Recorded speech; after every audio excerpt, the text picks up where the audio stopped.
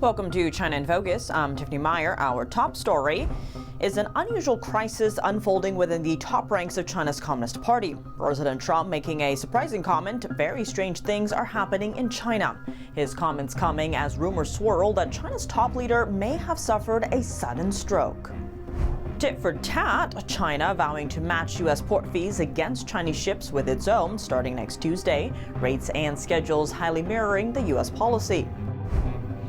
China launching an anti-monopoly probe into U.S. chipmaker Qualcomm, the investigation targeting its deal with Israeli firm Autotalks, how it could heighten tensions in U.S.-China tech trade. Trump taking aim at what he calls unfair business conditions. He's proposing a ban on Chinese airlines flying between China and the U.S. from using Russian airspace, a route American carriers are barred from. And preparations underway in Taiwan to deter a potential conflict with Communist China. The island's president just unveiled a new air defense system called T-Dome, designed to intercept incoming missiles from China. The outcomes of that conflict tell us that aggression fails, unity prevails, and that peace is won through strength.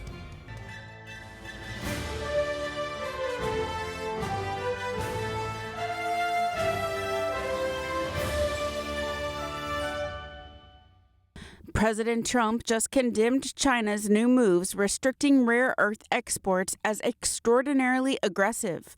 He is imposing an additional 100% tariff on China, on top of all existing tariffs, raising the baseline to 130%. The new tariff hike is set to kick in November 1st, the day China's rare earth restrictions take effect. Trump warned the tariff could come sooner, along with other measures, if China retaliates. Here's more.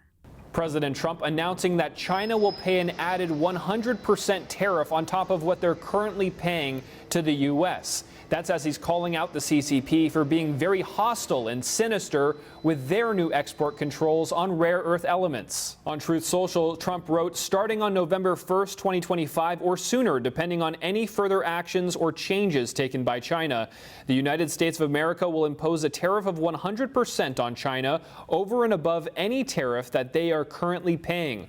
Also on November 1st, we will impose export controls on any and all critical software. This would bring tariffs on China up to 130%, 10% reciprocal tariff, 20% tariff due to China's fentanyl crisis, and now this latest 100% tariff. This comes as Trump said early on Friday that he's canceling a planned meeting with Chinese leader Xi Jinping. Both were expected to meet later this month in South Korea during the APEC summit. It's because the CCP is announcing new restrictions on exporting rare earth elements and other materials, which are used to make electronics from iPhones to missile defense systems, and the U.S. heavily relies on rare earths, of which China has an abundant supply. A meeting between President Trump and Chinese leader Xi Jinping may not happen. Trump suggests calling it off in a long post Friday on Truth Social, stating there seems to be no reason to meet with Xi. This comes after China dramatically tightened rare earth exports. Trump opens his post with a strong statement. Some very strange things are happening in China. He goes on to say that China is becoming very hostile and is holding the world captive by restricting access to metals and magnets used in electronics, computer chips, lasers, and other technologies. He says the U.S. has been contacted by other countries, which are reportedly very angry at what he called great trade hostility, which came out of nowhere. He adds he is considering a massive increase in import taxes on Chinese products in response to China's actions. Tensions remain as China blocks U.S. access to rare earths, important for electronics and other technologies. Following President Trump's warnings to fight back against Beijing's recent moves, both on social media and public, China is responding. Beijing-approved messages are circulating on state-run media, a common way to signal China's stance to the world. Chinese reports warn that the U.S. economy still depends heavily on Chinese supply chains, making true decoupling nearly impossible. They also say these restrictions aren't new, but a bargaining chip meant to push Trump back to the negotiating table. Following Trump's latest comments on China, the market is reacting. The Dow Jones drops a significant 600 points on Friday, a key measure of the largest U.S. companies. The S&P 500 dips the most since April, tracking the performance of 500 top U.S. stocks. In notable timing, President Trump stirs speculation with a surprising comment in his Friday social media post stating some very strange things are happening in China. We'll break down the context and the events behind it as unverified reports from multiple sources circulate that China's Communist leader Xi Jinping may have suddenly suffered a stroke. Now we present a new segment, China in Focus Insights, a closer look behind the headlines. Over the past 2 days, messages from multiple sources have echoed similar claims, suggesting that Chinese leader Xi Jinping may be in serious condition, possibly due to a sudden stroke. Among them are Du Wen, the former CCP official, and Tang Baichao, a pro-democracy activist. U.S. President Donald Trump is fueling speculation about Xi's possible health issues, stating some very strange things are happening in China. He added, "This was a real surprise, not only to me, but to all the leaders of the free world. And things that were routine are no longer routine at all." Tsai Ching-kun, a well-known commentator on China affairs, said in his X post, quote, "The CCP's latest series of actions has caused Sino-U.S. relations to continue to plummet, leaving Trump unsure who is in charge within China and who can actually talk." As a planned meeting between Trump and Xi is coming at the end of this month, the market is anticipating a pretty big breakthrough in the trade talks between the two nations, according to Treasury Secretary Scott Bessent. Meanwhile, Beijing's recent actions have shown a very hostile stance. China has unveiled new curbs on its exports of rare earths and other critical materials. On Friday, Beijing announced that U.S. ships will be charged for docking at Chinese ports starting next Tuesday. Chinese officials have also opened an antitrust probe into Qualcomm, a leading U.S. chip design and patent licensing firm. Is this merely a negotiating tactic ahead of the planned Xi-Trump meeting? Meanwhile, Taiwanese President Lai Ching-te, recently referencing the Nobel Peace Prize, urged Trump to help stop Beijing's military aggression against Taiwan. On its National Day, Lai also unveiled the new T-Dome air defense system amid rising threats from China. Previously, the president pledged that Taiwan's defense spending would reach 5% of GDP by 2030. Across the Taiwan Strait, China reportedly punished journalists for publishing reports that leaked details about new weapons. State broadcaster CCTV announced that Xi is expecting to attend and deliver a speech at the upcoming Global Women's Summit next week. China's state-run Xinhua reports that on October 10, Xi Jinping called Kim Jong-un to mark the 80th anniversary of North Korea's ruling party.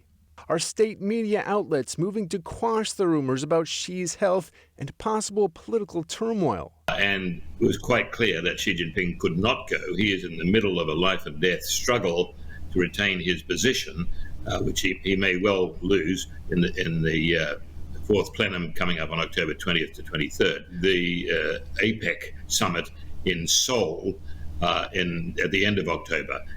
It's quite clear now that Xi Jinping will not go to that as well, because by that stage Xi Jinping will either have consolidated power or be in the middle of an actual physical battle for survival, or he will be gone from public office or at least retired to a symbolic position.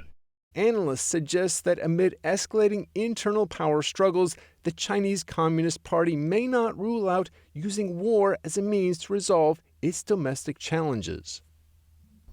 Beijing is sending a series of what President Trump described as very hostile signals this week. On Friday, China announced a tit-for-tat policy against the United States. U.S. ships docking at Chinese ports will now face new fees. The Chinese Ministry of Transport says all U.S. vessels will be charged with $56 per net ton at Chinese ports starting next Tuesday. Ships owned by U.S. businesses, organizations, individuals, or entities with stakes over 25% will all be subjected to the new rule. This applies on top of any ships flying a U.S. flag or built in Washington. Each U.S. ship visiting Chinese ports will be charged the fee up to 5 times per year. And the fee will increase every year until 2028, roughly tripling the starting rate. Worth noting, China's new port fee rule mirrors many aspects of the U.S. port fee policy announced back in April. They both have similar rates and annual increases and will take effect on the same day. Chinese state-run media says Beijing's new rule is designed to retaliate against Washington. It also highlights Beijing's posture just ahead of Chinese and U.S. leaders meeting in South Korea for the APEC forum later this month. On Thursday, after China had announced stricter controls on its exports of rare earth minerals targeting the West, the Trump administration has proposed banning Chinese airlines from flying over Russia on U.S. routes. Here's a look at what's behind the proposal. The U.S. is stepping up pressure on Chinese airlines, proposing a ban on their use of Russian airspace for flights to and from America. The move, announced Thursday by the Transportation Department, aims to level the playing field. Chinese carriers currently fly over Russia, indicated here in red, cutting travel time and fuel costs. U.S. airlines have to take a longer path around Russia to reach the same destination, highlighted in blue. American carriers say that gives the Chinese airlines an unfair edge. The Transportation Department calls it a significant competitive factor and wants it stopped, though the new proposal exempts cargo-only flights. Chinese airlines have just 2 days to respond to the proposed order. A final order, which could take effect as early as November, might impact Chinese carriers like Air China and China Eastern, but it wasn't clear if Hong Kong-based Cathay Pacific would be affected. Russia has blocked U.S. airlines from its skies since 2022, a tit-for-tat response after Washington banned Russian flights over the U.S. after the invasion of Ukraine. Over to Taiwan, October 10th marks Taiwan's National Day. President Lai Ching-te unveiled a new air defense plan called T-Dome. He emphasized that peace is maintained through strength. NTD's Taiwan correspondent Joy Chu has the story. As the Chinese Communist Party intensifies its military threat toward Taiwan, the island, officially known as the Republic of China, is marking its 140th National Day, October 10th, right here in Taipei. And behind me, you can see the presidential office building, where today's celebrations are now underway. The outcomes of that conflict tell us that aggression fails, unity prevails, and that peace is won through strength. President Lai said Taiwan will continue investing in advanced defense and AI technologies to develop smart defense combat system. A special defense budget will be proposed by year's end. Defense spending will exceed 3% of GDP next year and reach 5% by 2030.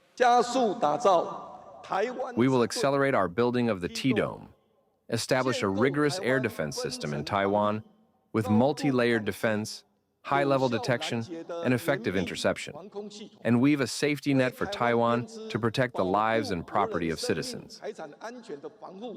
Lai also expressed hope that China will act responsibly, stop distorting UN Resolution 2758, and stop coercive efforts to change the status quo across the Taiwan Strait. UN Resolution 2758 recognized the People's Republic of China as the only legitimate representative of China to the United Nations. Beijing, however, takes this a step further, saying it means that Taiwan is part of China.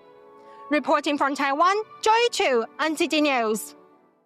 Taiwan says a Chinese Coast Guard vessel was spotted sailing near the disputed Pratas Islands in the South China Sea on Friday. The Taiwanese Coast Guard said the vessel was detected about 20 nautical miles from the islands.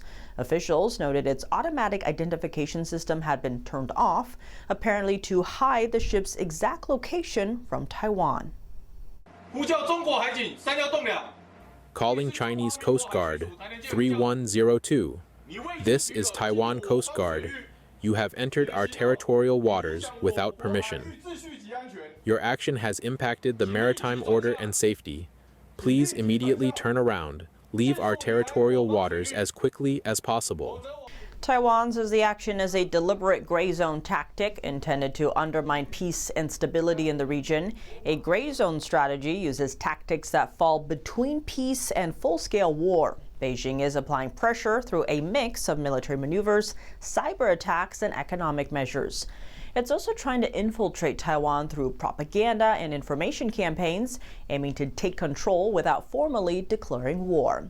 Democratically governed Taiwan has faced increased military and political pressure from Communist China in recent years. Taiwan's defense ministry says it's training soldiers to shoot down drones in response to Chinese incursions.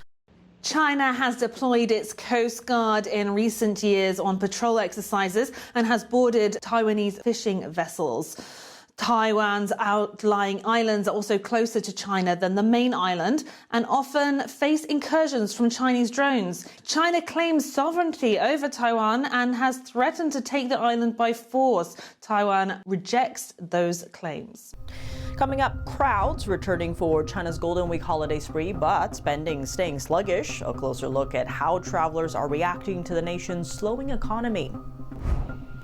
In North Korea, marking 80 years of rule with a massive military parade, China and Russia sent top officials, but not Communist leader Xi Jinping. What message does that send? An expert weighs in after the break here on China in Focus. Welcome back to China in Focus. I'm Tiffany Meyer. China's Golden Week, the country's biggest travel and shopping holiday, returned this year with record crowds, but spending stayed below expectations. During the 8-day holiday in early October, around 2.4 billion trips were made to popular tourist destinations across China. Total domestic spending during Golden Week hit its lowest level in nearly a decade. Many Chinese are sharing their struggles on social media. We also spoke with several citizens to get their first-hand perspectives. Here's what they had to say. Life in China is very stressful. I feel so anxious. No matter how hard you work, I can never make enough. There are always bills to pay: electricity, gas, kids, elderly parents, all kinds of expenses. Vegetables are so expensive. How could anyone afford them? I eat very little, and when it comes to food, clothing, housing, and transportation, I save wherever I can. I even pick up discarded vegetables, and I've stopped buying clothes. 又一大批工厂老板倒闭跑路了，趁着国庆长假，一夜之间把厂搬空了。 Hotels in China's capital have been feeling the chill too. According to Beijing's official reports, the average monthly profit for hotels during the first half of this year was less than $850. Yes, you heard that right, under $850 US. That's less than half of Beijing's average monthly wage. Economists are calling it a consumption downgrade, with people cutting back, trading luxury for essentials. Sales of luxury cars and jewelry are slipping, while more affordable goods are drawing bigger crowds. Other pressures are adding to the slowdown. Property prices have been falling for nearly 3.5 years, and official reports show youth unemployment hovered around 19% in August, weighing heavily on confidence and spending. North Korea is marking 80 years of rule with a massive military parade. Russia and China are sending high-level officials, but Chinese regime head Xi Jinping will not be attending. To understand the message behind this show of force and what it means for U.S. power projection in the region, we spoke with Gregory Copley, president of the International Strategic Studies Association. Now, North Korea is celebrating its 80th, year in position as that ruling party with a military parade, and Russia has sent Dmitry Medvedev, close ally of President Putin, and China has sent its second highest ranking member, Premier Li Qiang, it's actually his first time, or the premier's first time in 16 years. What does that signal in terms of the China-North Korea relationship by sending the premier? Well, it was clear that it was such an important anniversary that China had to send somebody, and it was quite clear that Xi Jinping could not go. He is in the middle of a life and death struggle to retain his position, which he may well lose in the fourth plenum coming up on October 20th to 23rd. So they had to send somebody. Li Qiang, the premier, has just effectively served as the Chinese representative at the UN General Assembly, so he's proven that he's a high status figure to go to these functions. Kim Jong-un had to show that he had some allies, and so you saw, as you said, former President Medvedev there from Russia. We saw also the Communist Party leader from Vietnam, To Lam, there as well. So it was an interesting gathering, but if it was meant to represent a significant alliance of anti-Western powers, I think they failed miserably. What we do know is that Vietnam is a bitter enemy of the People's Republic of China, and yet they sent the chairman Lo Tam there, or General Secretary. We know Kim Jong-un actively disparages Xi Jinping and the People's Republic of China off camera. So this is not really a relationship you can count on. That it's not a great military alliance. The military of all of the three major states, excluding Vietnam, which is there just because it's a communist government, but the relationship between the other three is fractious. Their militaries are either preoccupied, as in the case of Russia, or they are fragile, untested, and almost certainly deeply flawed, as in the cases of North Korea and the People's Republic of China. So as a showcase, it wasn't that important. I want to dig into this because, as you mentioned, of course, China has a lot of its own internal instability happening right now in the political level and other areas, especially the economic level as well. But in terms of this alliance, if you will, or anti-West faction, you've been hearing a lot the past couple of years of this new axis of evil, right? China, North Korea, Iran, and then the other ones you want to say in the surrounding orbit there, if you will. But given, their fractious relationship here, what does this mean or not mean in terms of U.S. power projection in that region? Well, I think it shows that the U.S. power projection into the region under President Trump has revived dramatically and is very effective. What was also important to note with the parade was that the Iranian clerical government was not represented there, and that's critical, supposedly, in this new axis of evil against the West. Iran's being very careful. It's the Ayatollahs there are keeping their heads down because they don't want to disturb things. They are still in close relationship with the Russian government, but yet they still didn't come to Pyongyang. So this is if this is what they call a solid alliance, then we don't have a lot to worry about, except for the fact that they could be letting off a few firecrackers around the world because they do have viable nuclear weapons in North Korea. That's all for today's China in Focus. I'm Tiffany Meyer. If you have any feedback on the show or have something you'd like to see us cover, send us an email at chinainfocus@ntd.com. We'd love to hear from you. For On the Clock original news coverage, visit us at ntd.com or download our NTD app. Thanks for watching. See you soon.